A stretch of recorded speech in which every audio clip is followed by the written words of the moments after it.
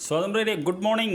ഇന്ന് ഞാൻ ടാരോയോട് ചോദിക്കുന്നത് എന്താണ് യൂണിവേഴ്സ് എന്നോട് ഇപ്പോൾ പറയാൻ ശ്രമിക്കുന്നത് എന്നുള്ളതാണ്. വളരെ ഇമ്പോർട്ടൻ്റ് ആയിട്ട് റീഡാണ്. നമുക്ക് ഏഞ്ചൽ ആൻസേഴ്സ് എന്ന് പറയുന്ന കാർഡ് വെച്ച് നമുക്ക് ആദ്യത്തെ ഒരു കാർഡ് എടുത്ത് നോക്കാം. രണ്ടാമത്തെ ഒരു കാർഡ് എന്താണ് യൂണിവേഴ്സ് നമ്മളോട് പറയാൻ ശ്രമിക്കുന്നത് നമുക്ക് നോക്കാം. വളരെ ഇമ്പോർട്ടൻ്റ് ആയിട്ടുള്ള കാർഡാണ്.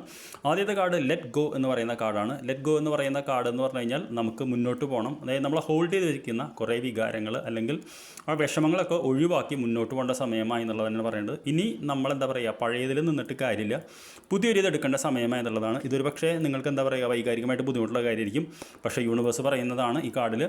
രണ്ടാമത്തെ കാർഡ് എന്ന് പറയുന്നത് പീസ്ഫുൾ റെസൊല്യൂഷൻ എന്ന് പറയുന്ന കാർഡാണ്. അപ്പോൾ സ്വയം നമ്മളെന്താ പറയുക, ആന്തരികമായിട്ട് ഒരു സൗഖ്യത്തിലേക്ക് വരിക, നമ്മളോട് തന്നെ ഒരു റെസൊല്യൂഷനിൽ എത്തിച്ചേരുക എന്നുള്ളതാണ്. അതായത് നമ്മളെന്താ പറയുക, ചില പഴയ വിഷമങ്ങളിൽ, പഴയ കാര്യങ്ങളിൽ, പഴയ വേദനകളിൽ തങ്ങി നിന്നിട്ട് കാര്യമില്ല. നമ്മുടെ ജീവിതം മുന്നോട്ട് പോകണം. കാരണം നമ്മളെ വേദനിപ്പിച്ച വ്യക്തി അവരുടെ ജീവിതമായിട്ട് മുന്നോട്ട് പോകുന്നുണ്ടാവും. നമ്മൾ മാത്രം ഇതിൽ സ്റ്റക്കായി നിൽക്കണം. അപ്പോൾ I wish you good day. വൈകിട്ട് കാണാം.